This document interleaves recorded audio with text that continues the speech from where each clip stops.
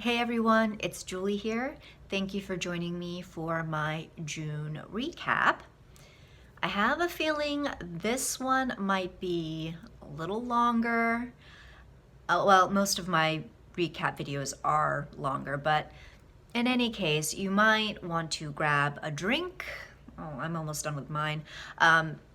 Yes, a beverage, or perhaps have me with you as you eat your meal, whatever suits you.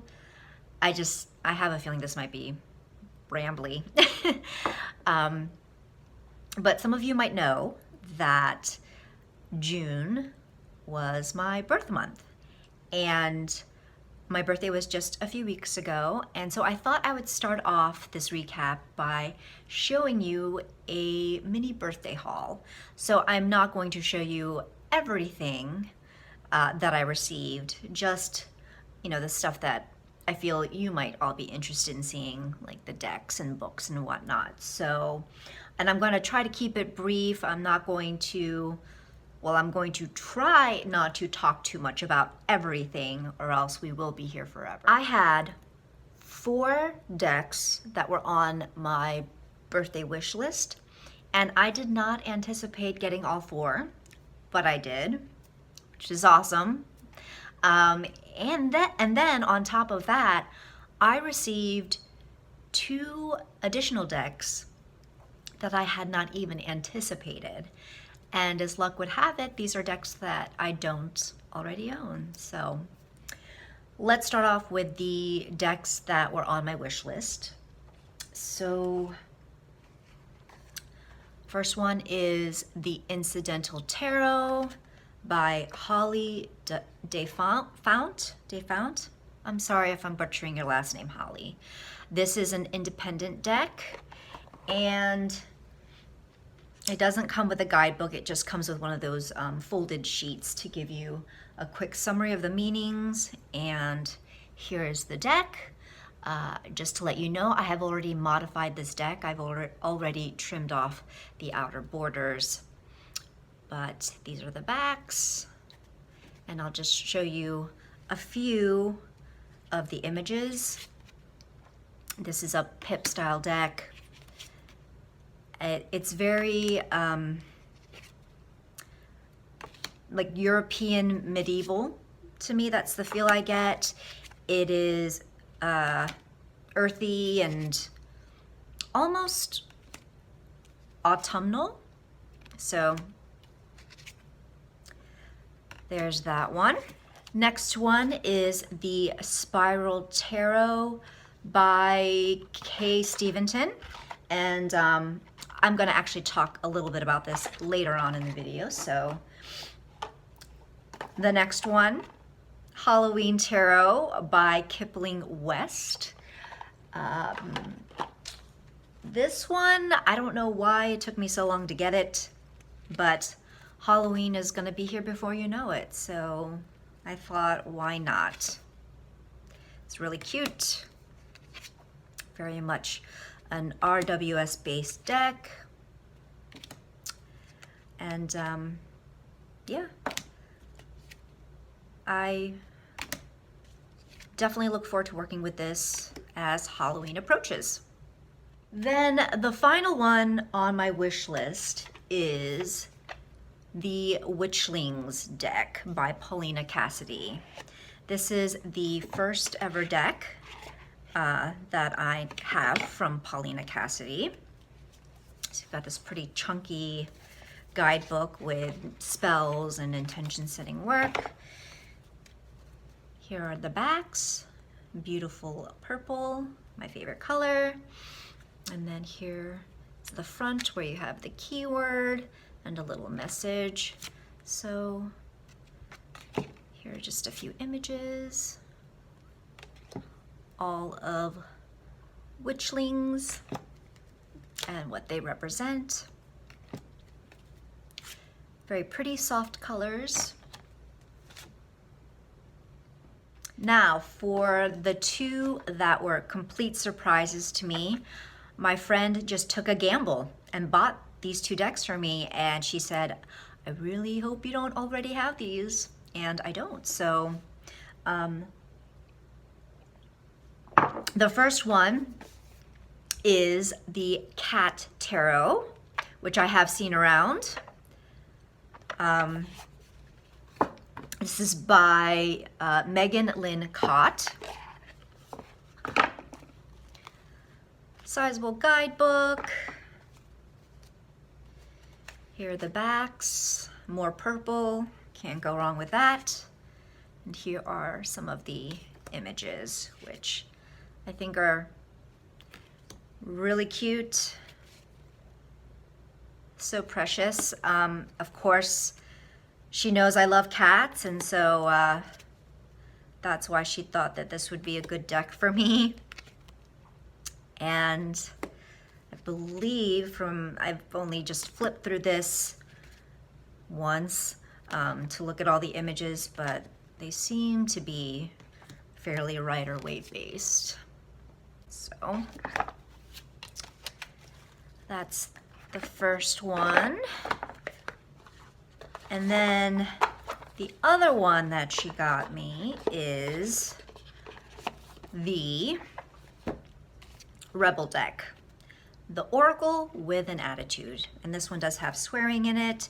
I've also seen this one around a lot. I don't know, I just never thought to pick it up, even though it does have unicorns on it. But yes, it's a very in-your-face direct messages. So for instance, ask a fucking expert. And then on the back side, don't rely on your friends or the internet. Listen to a damn professional. So, put the fucking phone down. Too much screen time is making you awkward and sad. Go talk to a live person. So this one will be interesting to work with. I also received some tarot books for my birthday, just 2. And the first one is Tarot and Astrology by Corinne Kenner. I've heard many good things about this book. And let me tell you, the astrology struggle is real. Like, I just continue to have a hard time with making the information stick. It just doesn't want to stay in my brain. So hopefully this is the book that does it, but we shall see. I don't know that I will get to this book anytime soon. Maybe not even this year, just because I want to make the ample time to dive into astrology, and as it is with my depth year, I have other things that I'm focusing on for my depth year, and so I don't want to overburden myself with yet another thing. And then the next book is 365 Tarot Spreads by Sasha Graham. I've also heard wonderful things about this book, and so it'll be fun to experiment with more structured spreads.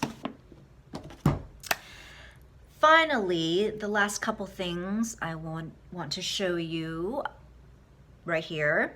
This is a Druzy agate crystal pendant that I received. It's really pretty. I love Druzys, I love them.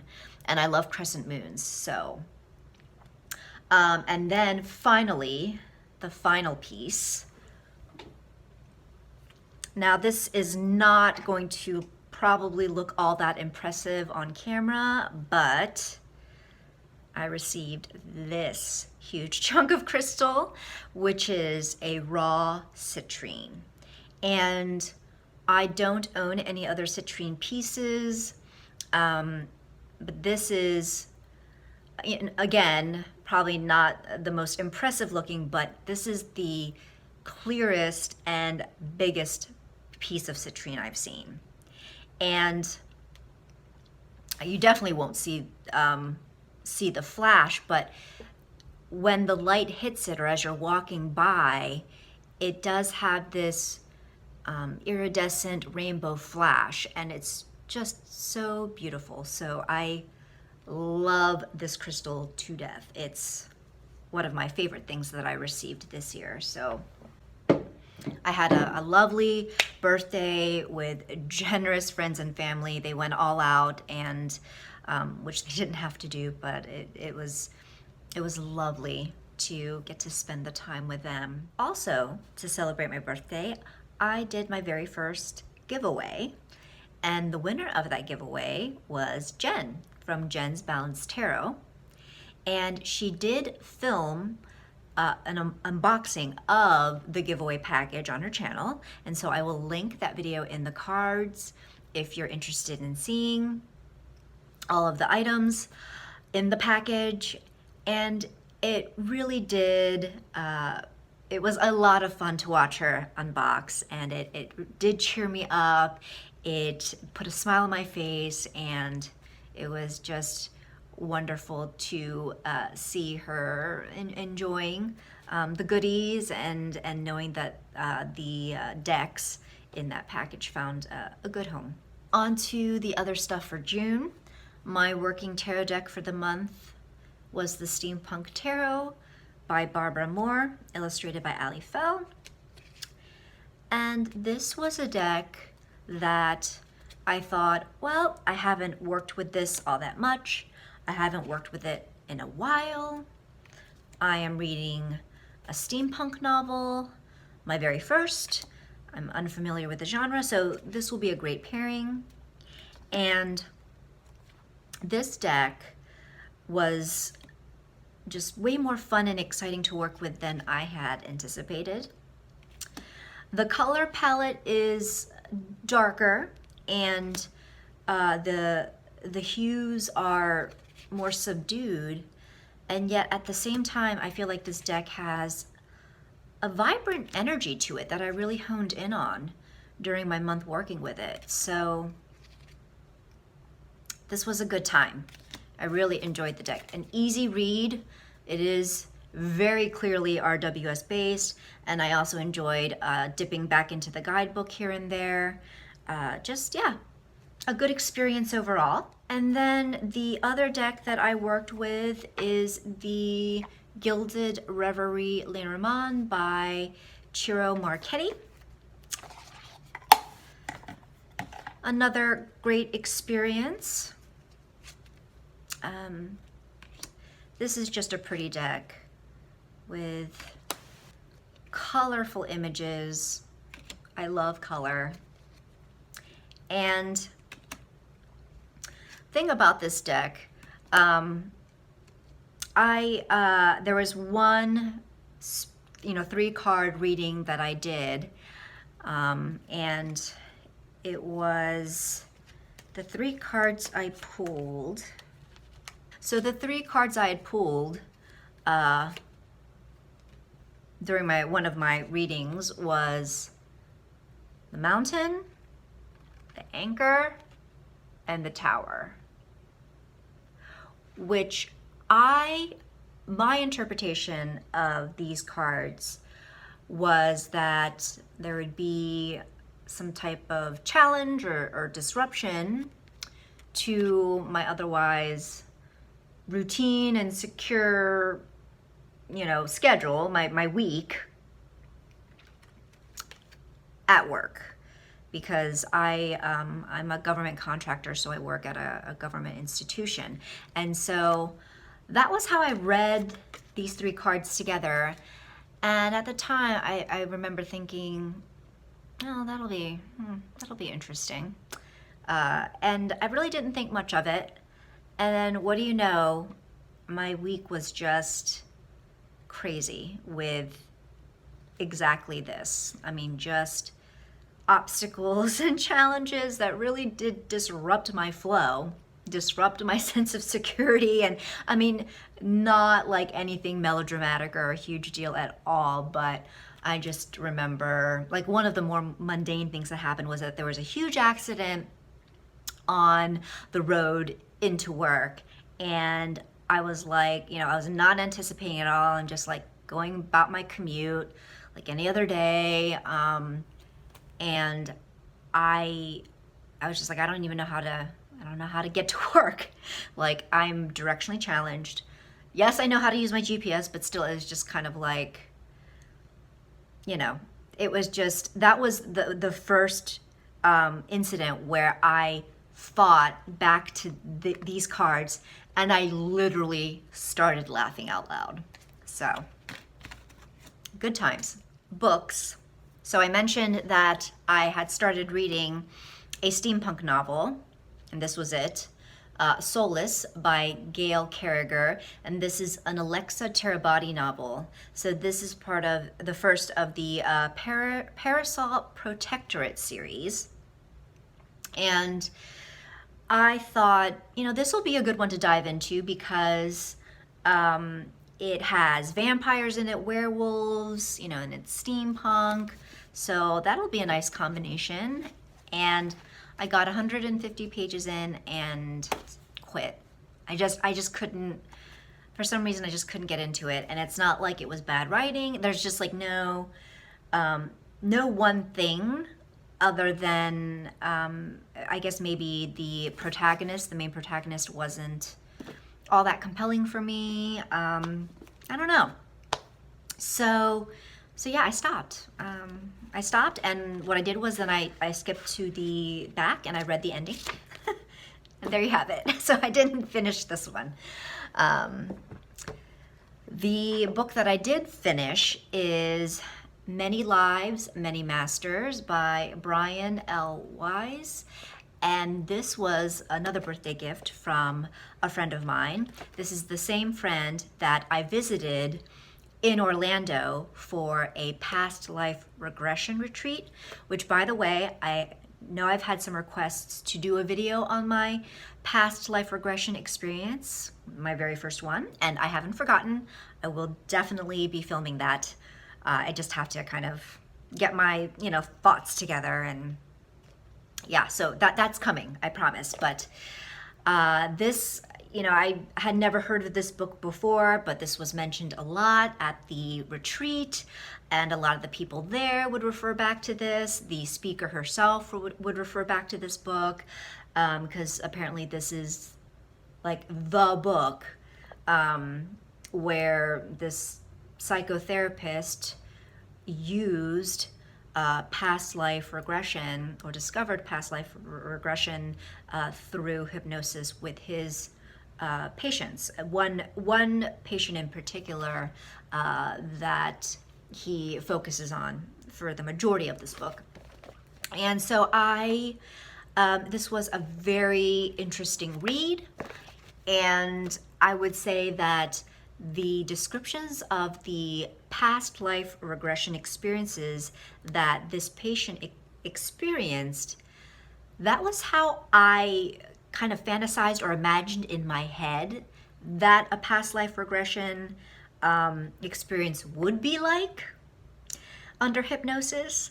It's exactly what I thought it would be, or hoped it would be in my situation, which it was not. So be on the lookout for my video.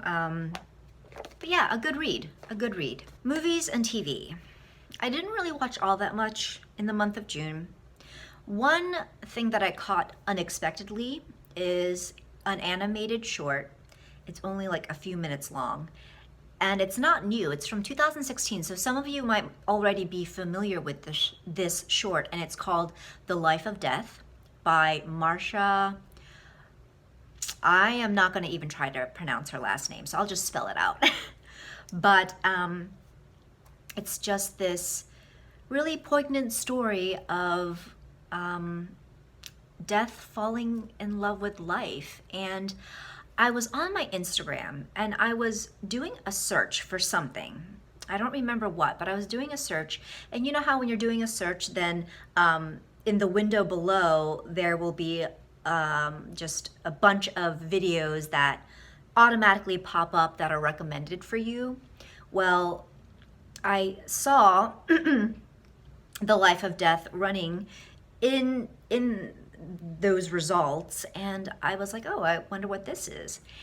And this particular rendition it's an a slightly abbreviated version of the short, and it was set to a cover of the Coldplay song The Scientist, which I think is one of the saddest songs out there.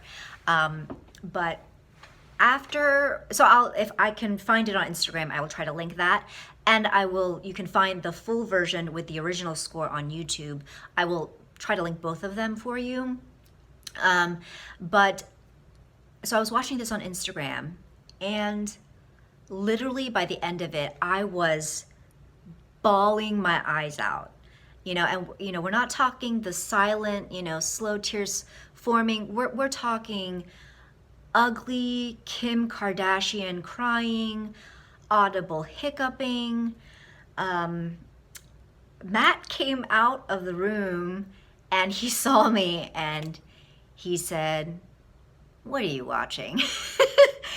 And so he's used to this now, right? Like when he sees me crying, it's the first question isn't like, "Are you okay? What happened?" It's, "What are you watching?" So he's used to it. But yeah, I don't know.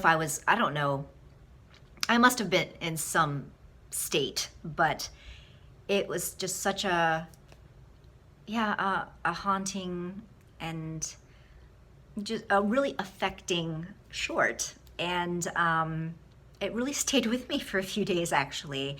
And I think it was the combination of the story itself combined with this very beautiful cover of the Coldplay song.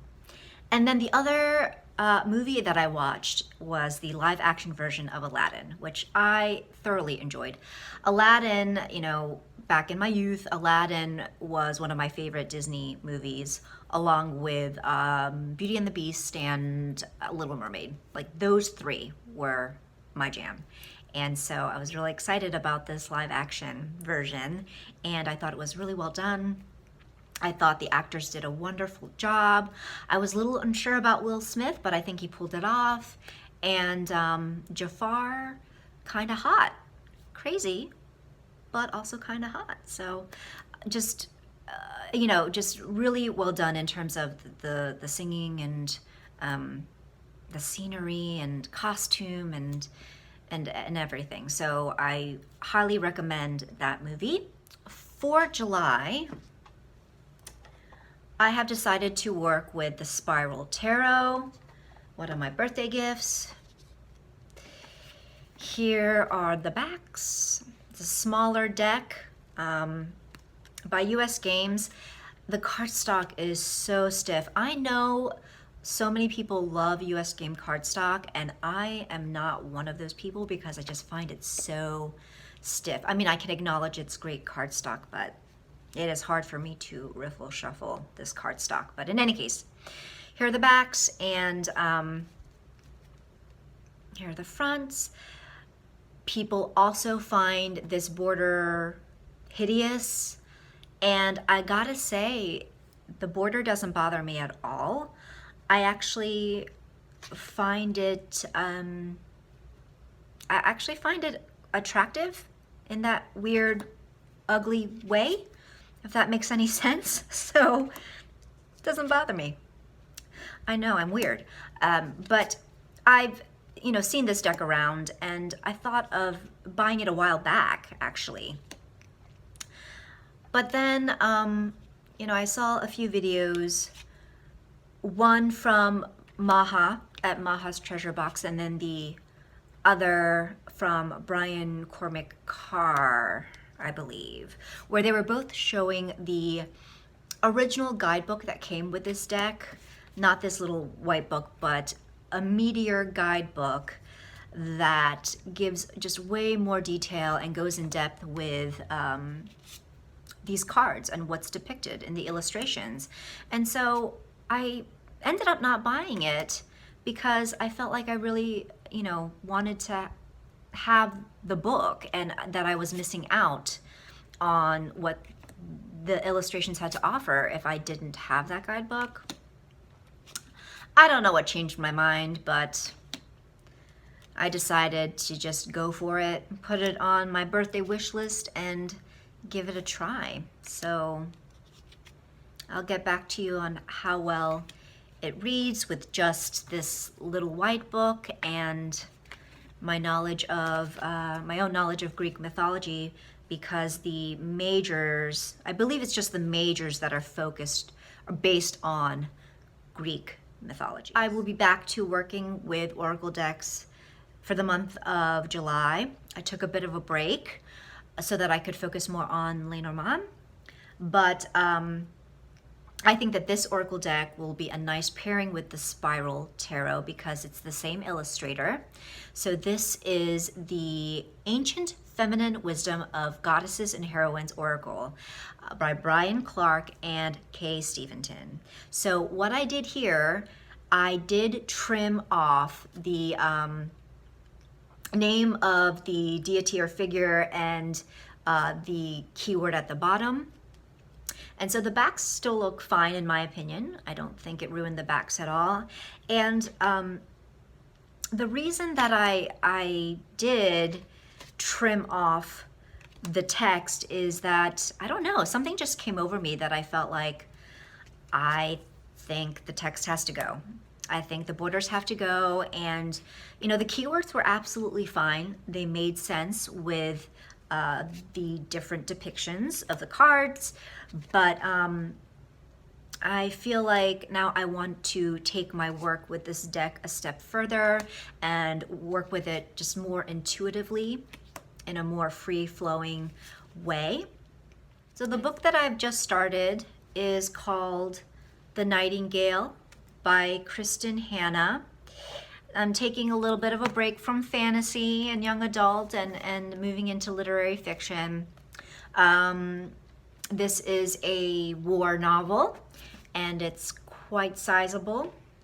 I have a feeling, like I'm only a few chapters in, I have a feeling I will not be done with this book by the end of the month because in addition to this, I will be beta reading another friend's manuscript. So I want to focus on that and not get too distracted. But so we'll see how it goes between my beta reading for my friend and then also trying to do some other pleasure reading. We'll see.